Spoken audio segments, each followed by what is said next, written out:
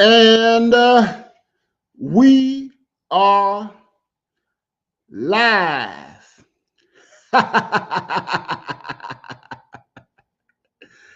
Woo! We are live once again on a Tuesday night. Once again at 7 p.m. on March the 9th, 2021. We are here to talk, to exchange. We are here. We are part of another BME production. And for those of you all who are new to this channel, you are new to this platform, BME is the acronym that stands for Black Male Empowerment. It also stands for Black Men's in Empowerment. So this is a BME production. And I welcome you, brothers, for another evening where we talk about those things that affect Black men, where we talk about those concerns, those issues, those interests, those many political matters, those matters pertaining to domestic life, those matters pertaining to law and order, those things that concern our health, our wealth, our overall well-being as Black men. This is what we do in this space here. This is a space that deals with the lives, the concerns, the conditions of Black men. What's up, brothers? I see you, Universal 178. I see you, brother. Everyday Valet, I see you, brother. Marzell Hall, I see you, my brother. Glad that you are in the place. Bagley 232, I see you. I'm glad that you are in the place. And we are going through our preliminaries before we broach the subject for tonight. Mr. Untouchable, Rick Ross, and the myth of the Invincible Alpha Male. Excalibur, what's going on, Excalibur? Glad that you're in the house today. Glad that you are in the house rather this evening. Prodigy, glad to see you too. Glad to see you too. Glad to see you too. Yes, sir. Yes, sir. I'm glad that you all are here. And we are building on the past few conversations that we've had. If you've paid attention to these live streams, I've been really preoccupied with the whole idea of success. Rashid Barnes, I see you. What's going on? The idea of success, American success in particular, and what American success means to Black men in America. And let me say that American success is not just limited to the United States or this place known as North America, but it is also relevant to other parts of the country. So if you are tuning in from the UK, if you are tuning in from the continent of Africa, if you are tuning in from Australia, if you are tuning in from the Caribbean, if you are tuning in from Central America or South America, if you are tuning in from the subcontinent of India, if you are tuning in from all parts of Asia, Central Asia, South Asia, American success applies to you, because the American idea of success has been exported all over the world. And we're going to talk about it, continue this conversation. Last week we talked about Kanye West and the politics of success was with his career, and how success can jeopardize the life of a black man. But we're gonna go deeper tonight. What's going on, Xavier? What's going on, Xavier brothers? LLC, I see you. Glad to see you too, brothers. We are going through the preliminaries, but we're gonna talk about this alpha male, this idea of the alpha male. You know what it is. That word is thrown around all the time, especially in these parts, all over social media. And it's supposed to mean some type of thing. It's supposed to mean something in terms of dominance and strength and courage and resilience and self-making capacities and durability and all sorts of things, being on the very top of things. We got to talk about this whole concept of an alpha male. Yeah, because the whole idea of success is tied up with this whole notion of the alpha male. And it's important, brothers. It's important, brothers. Gemini getting knowledge. I see you. I see you. I see you. It's important, brothers, that we get a handle on this language that we use when we talk about masculinity and manliness and all that kind of stuff. We gotta get a handle on it. It pertains to so many things, man. You know, it pertains to, you know, economic competition. It relates to domesticity, the household, the sexual marketplace, the world of sports, just the world of conquest. You know, the history of conquest as it is. And speaking of conquest, brothers, I'm going to jump into it in a minute. I'm not going to deviate too much. But speaking of conquest, I noticed that the crown, the royal family, is in the news again. I'm not going to say their names, but there's a prince who's in the news along with his so-called duchess. Y'all know what it is. She's a biracial woman. Oprah interviewed them the other day. And I was having fun on my Facebook page, and I talked about domination, and I talked about what happens, bro. What happens when a subjugated group, that is a subjugated group whose women, the women of the subjugated group, are turned into concubines, are turned into comfort girls, are turned into playthings, entertainment, and all sorts of other interesting things once they are conquered. And those women are often used in a very interesting way to further the dominators or the conquerors' agenda in relationship to an entire group. That group having among themselves men who have been subordinated, men who have been restricted, men who have been killed. All right, and so I'm not going to go too far in that, but I just want to say that I've been watching social media, and sometime in the future, I'm going to talk about the history of domination in the West, the last 500 years of domination, and I'm going to talk about the way in which domination works in relationship to women of dominated groups. So be on lookout for that, brothers. Be on lookout for that. Yes, sir. Yes, sir. But y'all know what time it is. You all know what time it is. I'm not going to prolong our discussion. You know that my lives, I'm gonna try once again in this live to keep everything down to about 30 minutes. It may go a bit over.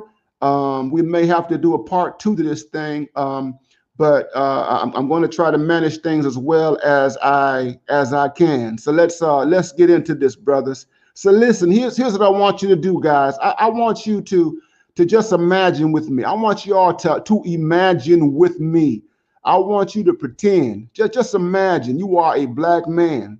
You are a black man who is in his late 30s, let's say early 40s. And you are a black man who happens to be a multi-millionaire. I mean, you have millions in the bank. You have millions in liquid in the bank, in cash, in savings. Not only do you have millions liquid in the bank, but you also have millions in investments. You have millions in stocks and dividends and all sorts of things. You have millions in property, real estate, millions in businesses, small businesses. You have millions properly invested in a diverse fashion. You are a multimillionaire black man. You have one of the biggest houses in the state that you live in. You bought the house from one of the wealthiest people in your state, and you maintain that house. You make sure that it is opulent. You throw parties at that house. You do all sorts of entertainment there, brothers. You are this multi-millionaire. And here's what I want you to do. I want you to imagine yourself straight flat on your back. You are in a hospital bed. You are a multi-million dollars. You are laying flat on your back in a hospital bed. The right side of your body is paralyzed, and the left side of your body is paralyzed. You cannot move. You cannot move your mouth. You've got a tube in your mouth. You have to be fed through a tube. You have to have a nurse by your side constantly. We don't know what's going to happen to you, but you are right there in that hospital, my brothers. And your mother is there, and your mother doesn't know what's going to happen to you, whether you're going to make it, whether you're going to live or die. But you are flat on your back as a black man. Now, here I go, brothers. Good to see y'all. I want you to think about that scenario, because that scenario that I just shared with you is a scenario that was similar to the one that William Roberts found himself in.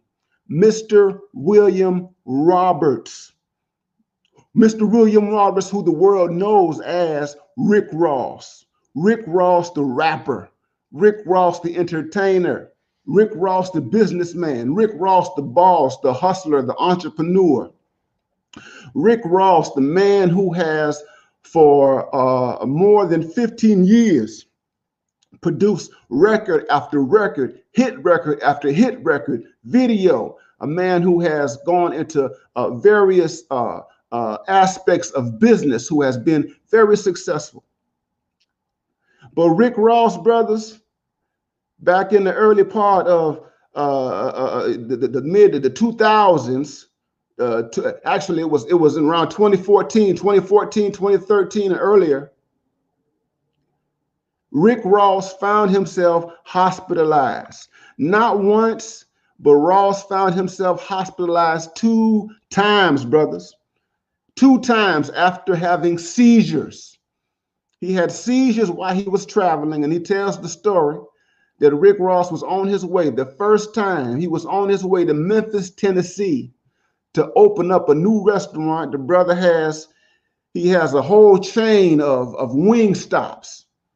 And he was on his way to Memphis, Tennessee to open up a Wingstop restaurant. And while he was on the plane, Rick Ross had a seizure on the plane. And the plane had to take an immediate land, and he had to be hospitalized. He stayed in the hospital and was seen by doctors. And after a period of time, he was released on his own accord and got back on a plane to go back to Tennessee, and the brother had another seizure. Now, I don't want to make light of anybody's health, brothers. I don't want to make light of anybody's situation, but the reason why I start right there, because William Roberts, the man that we know as Rick Ross, experienced something that went against the type of image, the type of mythology, the archetype, and everything that he has presented in the world through the realm of entertainment. And that is the image, the archetype, the paradigm of the invincible alpha male. And you can go back to Mr. Rick Ross's albums going back to 2006 when he put out Port of Miami, and the other albums, Triller, Deeper Than Rap, Teflon Don, God Forgives, but I Don't, and on and on. Rick Ross is a very prolific artist and what have you.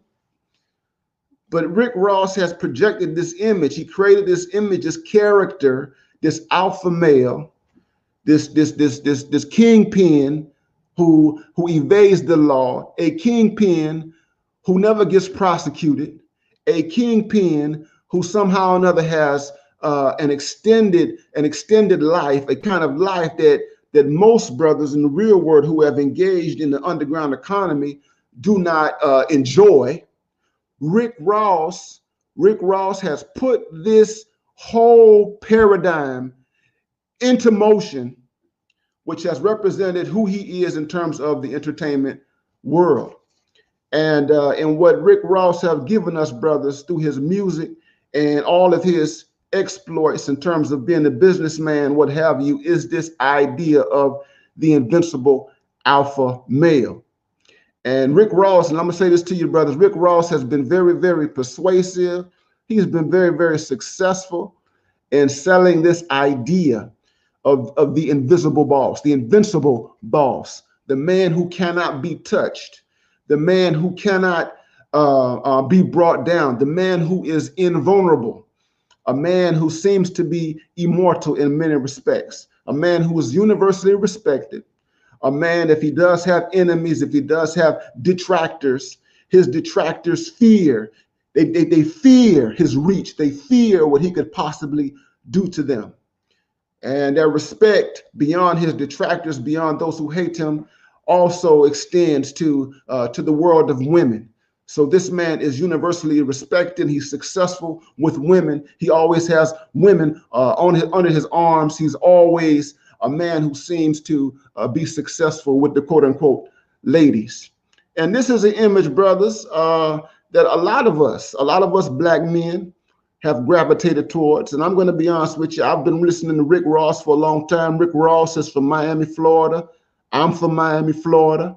And a lot of the stuff that Rick Ross has rapped about over the years in his music is stuff that I understand, stuff that I've seen. The figures, the people that he's talked about in the places in Miami, I'm aware of them and what have you. And Rick Ross, Rick Ross has been successful at being a creator of fiction. You guys know about The Godfather.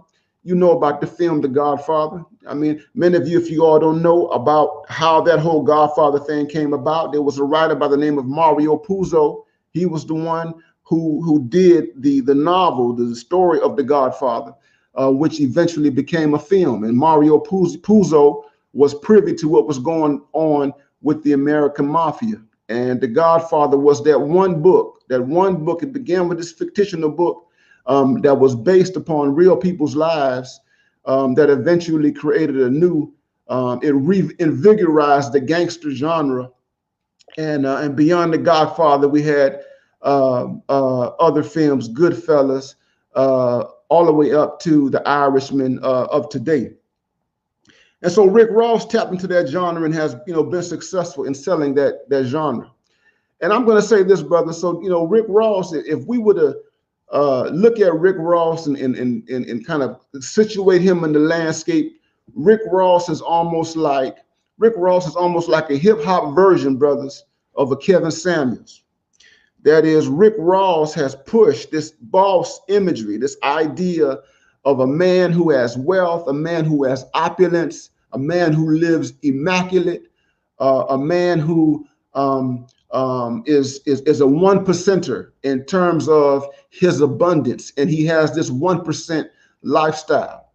And brothers, here's the reality, man. Here, where we are on YouTube and all over social media, we have this fixation. We have this fixation with this kind of black man and this man in general, okay, who is a dominant figure. This man who seemingly is always successful in everything that he does. And there was a problem, brothers, with this imagery, because the imagery, it often defies, this imagery often defies the realities that people actually live. So here you have Rick Ross, who is a character, Rick Ross, who is a work of fiction, over against William Roberts, who is a real human being, a human being who almost lost his life. So when Rick Ross was hospitalized, all right, more than once for seizures, all right, he went through a series of consultations with his doctors, and come to find out that his seizures, all right, were self-induced, and they were self-inflicted, having to do with his own lifestyle, being someone who was sleep deprived, somebody who dealt with exhaustion, because Rick Ross is a workaholic. He works in the studio producing his albums, and to his own admission, he slept maybe 3 or 4 hours a night. Not only that, he had bad eating habits. All right. You see, the brother likes the wing stops. He eats fast food. All right. And and the brother, he uses drugs. I mean, lean. He does syrup. He drinks a lot of champagne, liquor, weed, alcohol, all of those things. After a while, brothers, especially if you are over the age of 35, if you've been smoking and you've been drinking and you have not been sleeping, and you've been working overtime and what have you, and you don't take care of yourself. He was overweight, brother, 6 foot tall, six feet tall rather, over 300 some pounds, a former offensive lineman, all right? And he's moving and shaking and trying to do things, and all of that caught up with him, brothers. All of it caught up with him. It came crashing down. And here's what I want us to think about, brothers, is this. What does it mean? What does it mean, even if you attain, even if you are that man and you become that multi-million-dollar man? What does it mean if you have all those investments? What does it mean if you have all that liquid in the bank? What does it mean if you have all of this wealth, brothers, but you are incapacitated? You are unhealthy. You are on a hospital bed. It means absolutely nothing, brothers. You cannot do anything if you are not healthy. You cannot do anything if you don't take care of yourself, of your body, of your mind, your overall well-being. And he's had those moments. And Rick Ross was forced. He was forced to change his entire lifestyle. He was forced to get rid of the lean, the promethazine, the codeine, all that stuff that goes into syrup. He had to get rid of the syrup. He had to cut back, cut back on the weed. He had to cut back on the fried chicken and the fried foods. The brother had to lose weight. He lost 85 pounds. Okay, he had to get a trainer. He had to train. He had to do everything. All right, just so that he can enjoy the spoils of his labor and all of that. And so here's the thing, brothers. Tonight I want us to think about this problem that we have, because in our sphere, this whole idea of being an alpha male has taken on a kind of bizarre life. Okay, so much so that the alpha male is treated as though it is the alpha male is invincible. That is, you are impermeable. You are someone who does not have human limits. That you are someone who you cannot be touched. All right. Now the thing about Rick Ross, and we've only scratched the surface on Rick Ross. Rick Ross is a brother who has pushed limits. He has pushed not only the physical limits of his body, but he has also pushed the limits of the type of business that he is in. And so, he's in the world of crime fiction. All right. And Rick Ross did something that most people under normal conditions, all right, would be dead right now for doing. And that is, he assumed a persona of a kingpin. And he's tried to live out this persona, or rather he's lived it out in his music. And it has had consequences for him in real time. So much so that he has had his life threatened by real gangsters, real people who live in the streets and that sort of thing. So Rick Ross has he's taken rather penitentiary chances with his own persona. And he has been fortunate over the years to have survived all of the mythology that he has created around himself. He's created a whole bunch of enemies in the process of being this person, this thing, this kingpin called Rick Ross. So what he has done is he has placed himself in a very precarious position, not being attentive to the fact that he is not invincible, not being attentive to the fact that he can be touched like anybody else. And here we are, brothers. If you listen in social media, we have a whole lot of folks who talk about the alpha male. You got your people who do videos, who do all sorts of informative commentary on capitalism, on economics. You have your super capitalist people who have taken major risks in terms of money and investments and what have you. And many of them have been very successful in those endeavors, okay? And they teach us things, and they teach you formulas, and they teach you methods or techniques for how you can be successful. And they always talk about you being some type of alpha, and that this is what alphas do and what have you.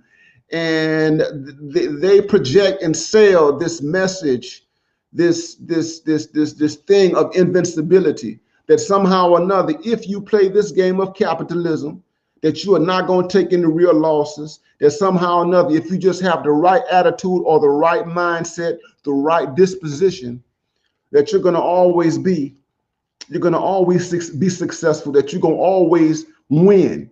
So you have people, you have voices out there who are very good at that. And I'm afraid that a lot of brothers, a lot of black men are caught up in that.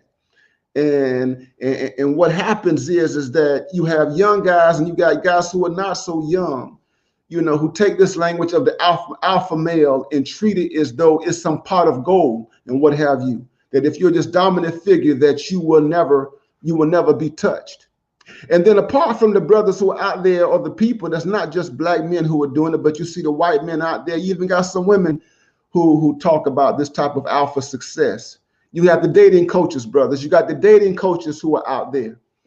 You got the brothers who and the non-brothers who talk about women and being successful with women and how to be dominant and how to be alpha with women. And this is what you have to do. And they give you game and give you strategies.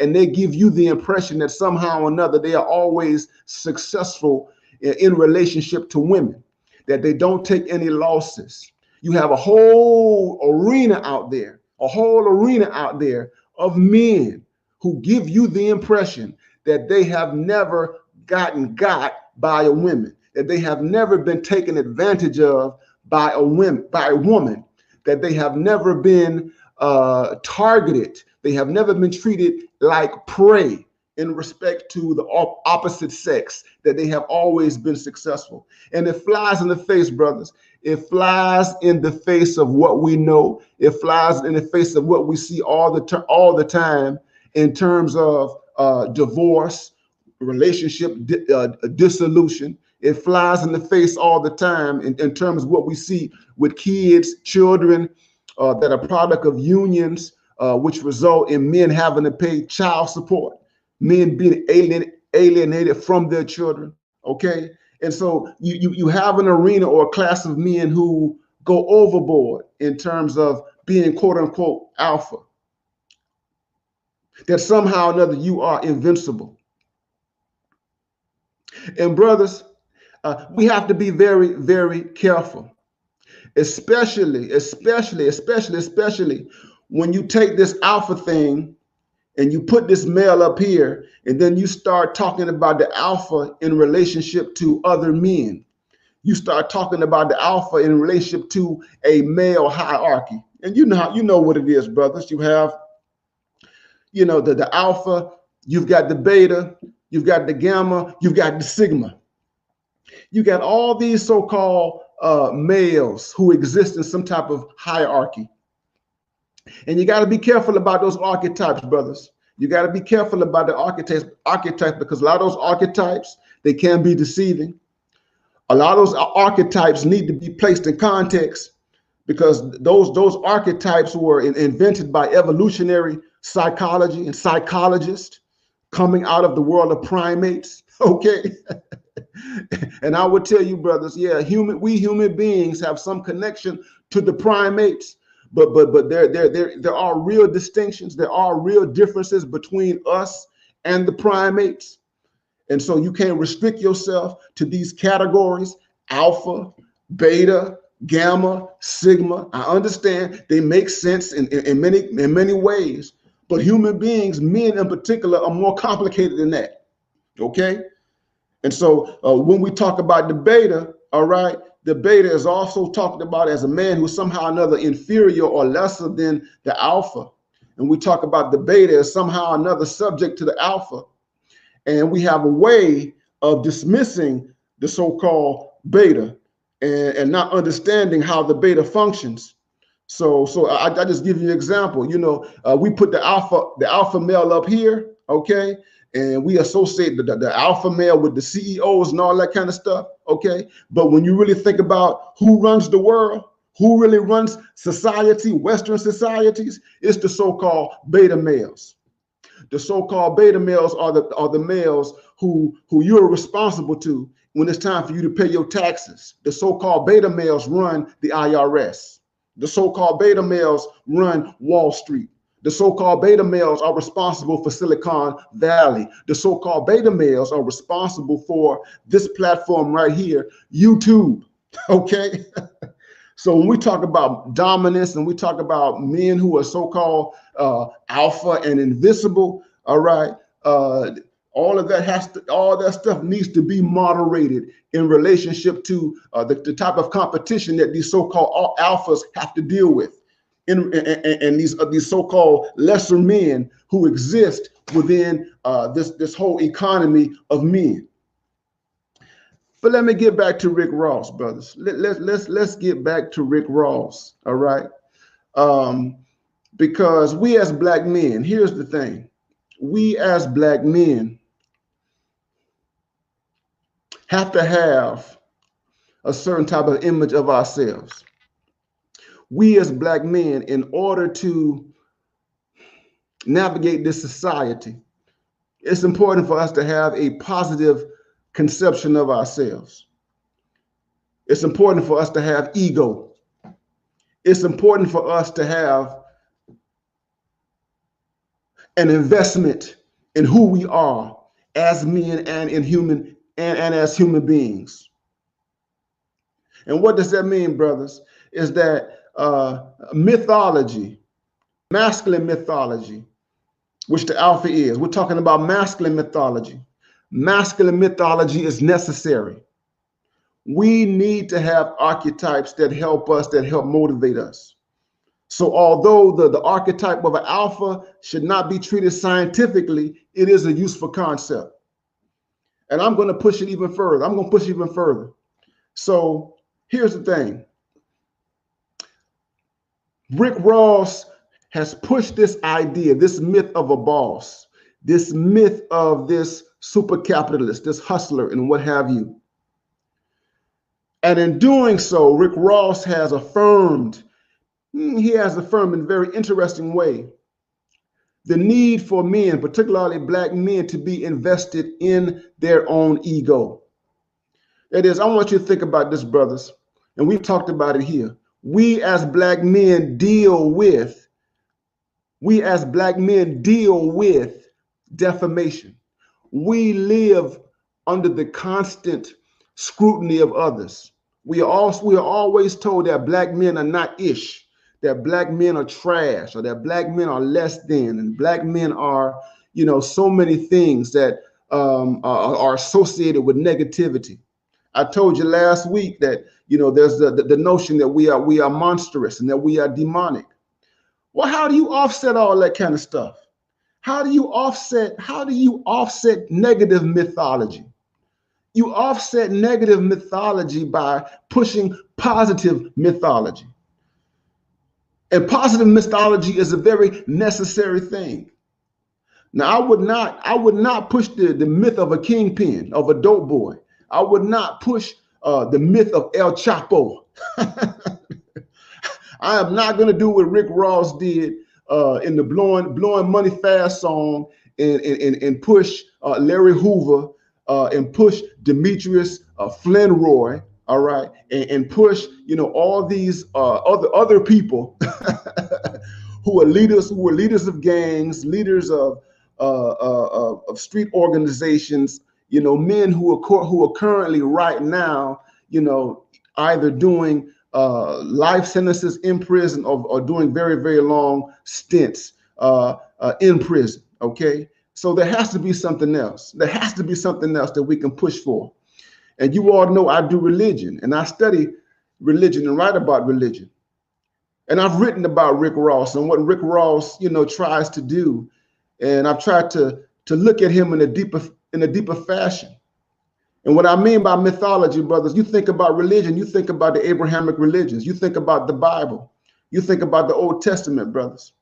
And if you look at the Bible gives you all sorts of imagery, all sorts of mythology related to masculinity. If you look at you look in the first 5 books of the Bible, you look in the Torah, you look in Genesis, what do you get? You have the story of Abraham.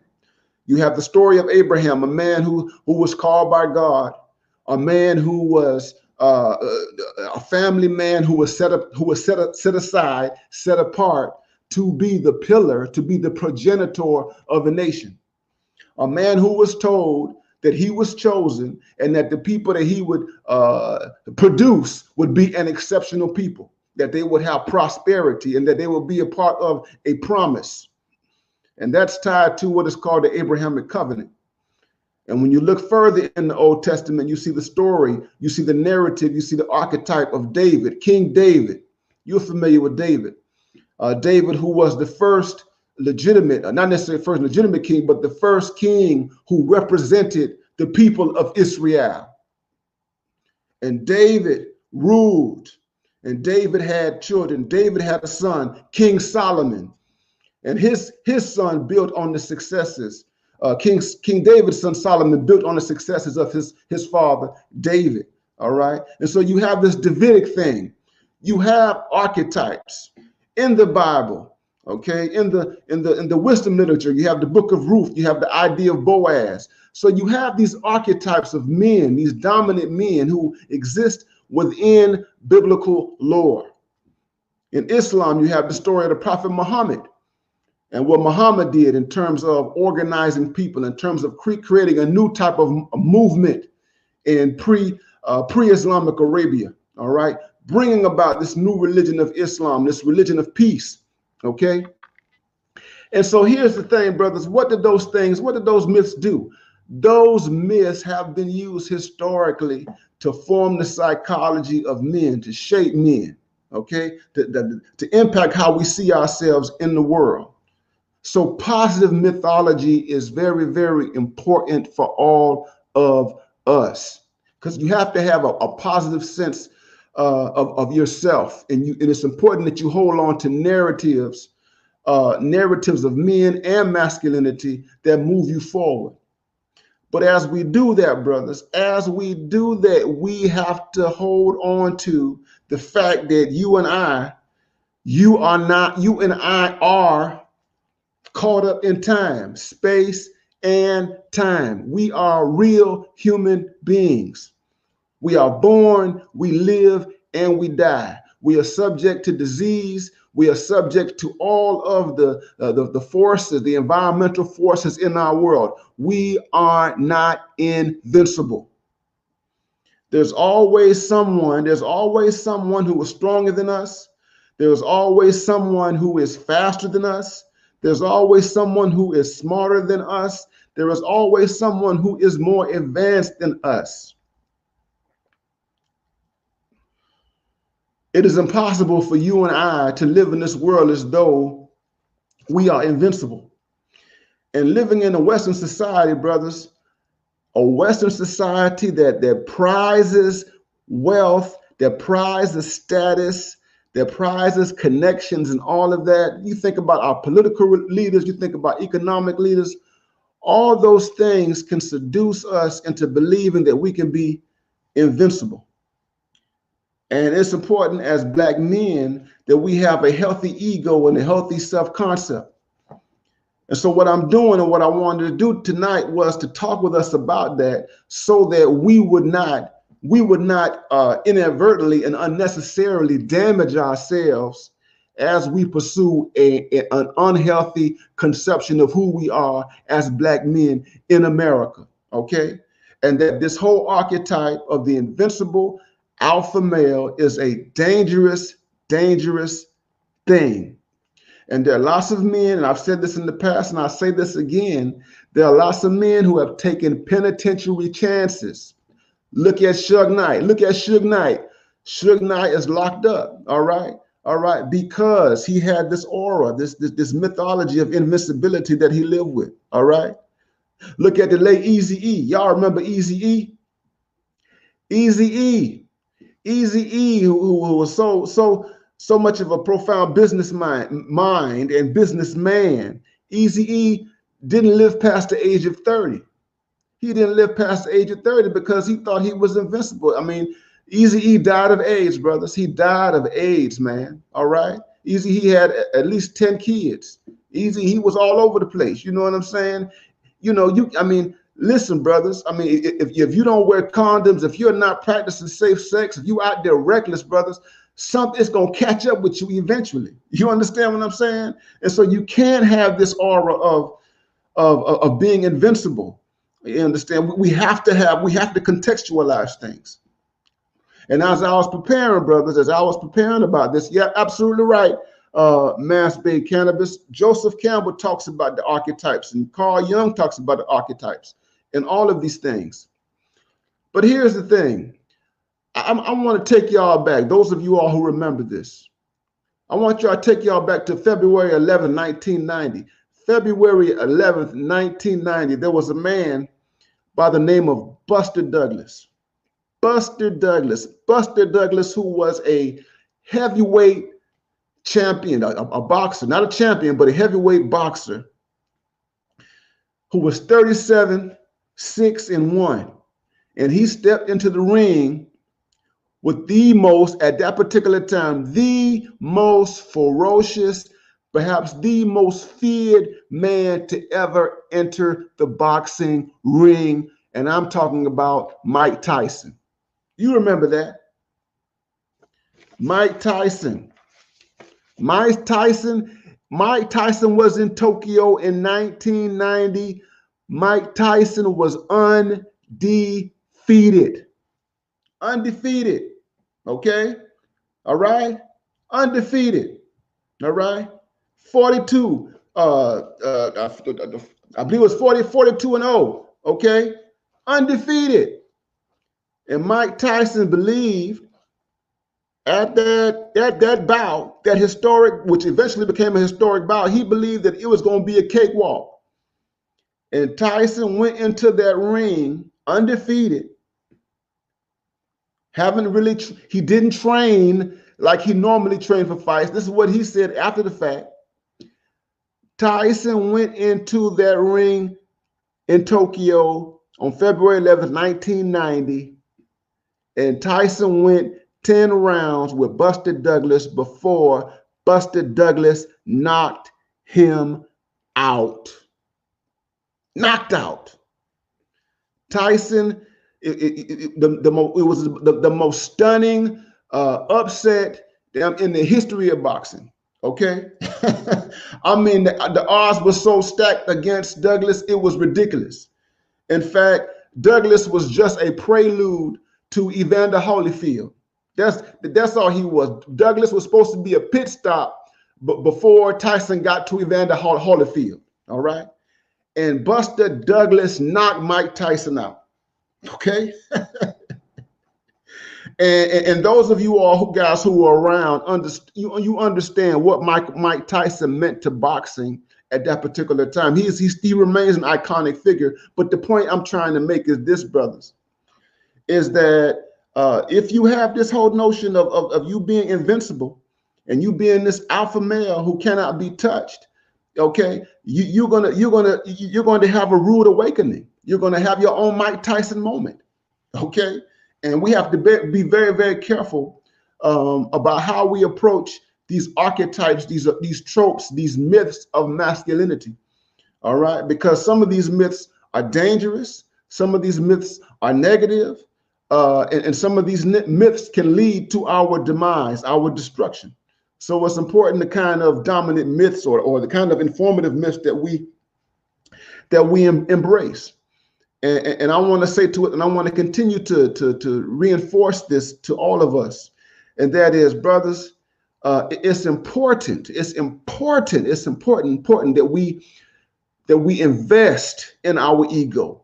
It's important that we that we have confidence in our abilities and what we can do. It's important that we see ourselves in the highest possible light.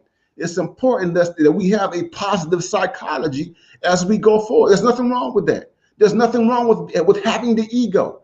We have to tap into the inner a-hole in us in order to navigate American society.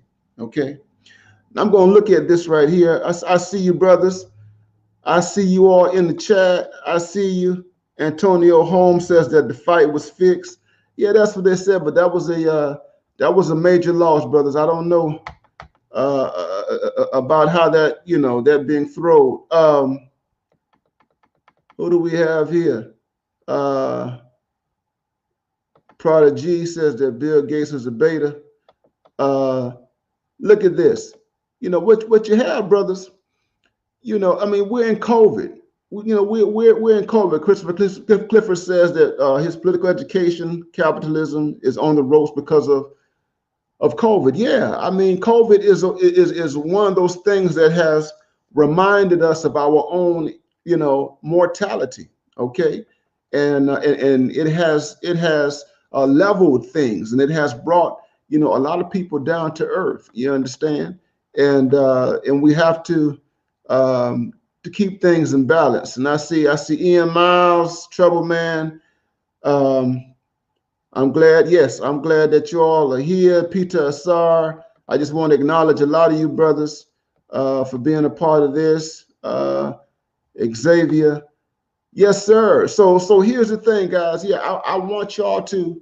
I see Cameron. Yes, sir. Yeah. I mean, we have to have a balanced kind of perspective, on who we are in the world. And that's right, Iron Miles. You have to be careful. Those myths that we have embraced, those myths, they can lead. They are delusional. A lot of those are delusional, and they can lead to our destruction. Like I said, Rick Ross is still here. Let me tell you something. I mean, Rick Ross says, he's played with his life, several times, and he has been fortunate, to still be here. I mean, he is a lucky guy. Okay, I mean. Rick Ross, he bought Evander Holyfield's house, out in Fayetteville, Georgia. And, Rick Ross a few years ago, he almost went to prison, for beating somebody up in his house. He had, Rick Ross was on trial, for assault with weapons, attempted murder and everything. That brother was facing a lot of time.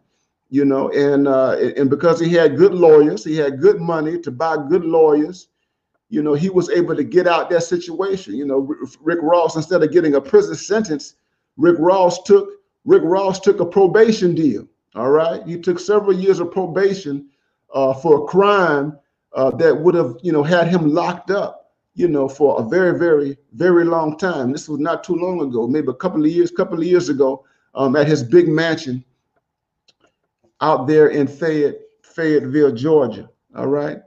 Well, listen, I'm glad that you brothers, we're here. Before I check out of here, I do want to acknowledge some people. I want you all to share. I want you all to like this stream and what have you. And I appreciate you if you value this type of content, the information and what have you. We got the Cash App, we got the PayPal. I want to acknowledge a number of you brothers who have contributed. Brother Fahim, I thank you for your contributions. Gold Professor, I thank you for your contributions.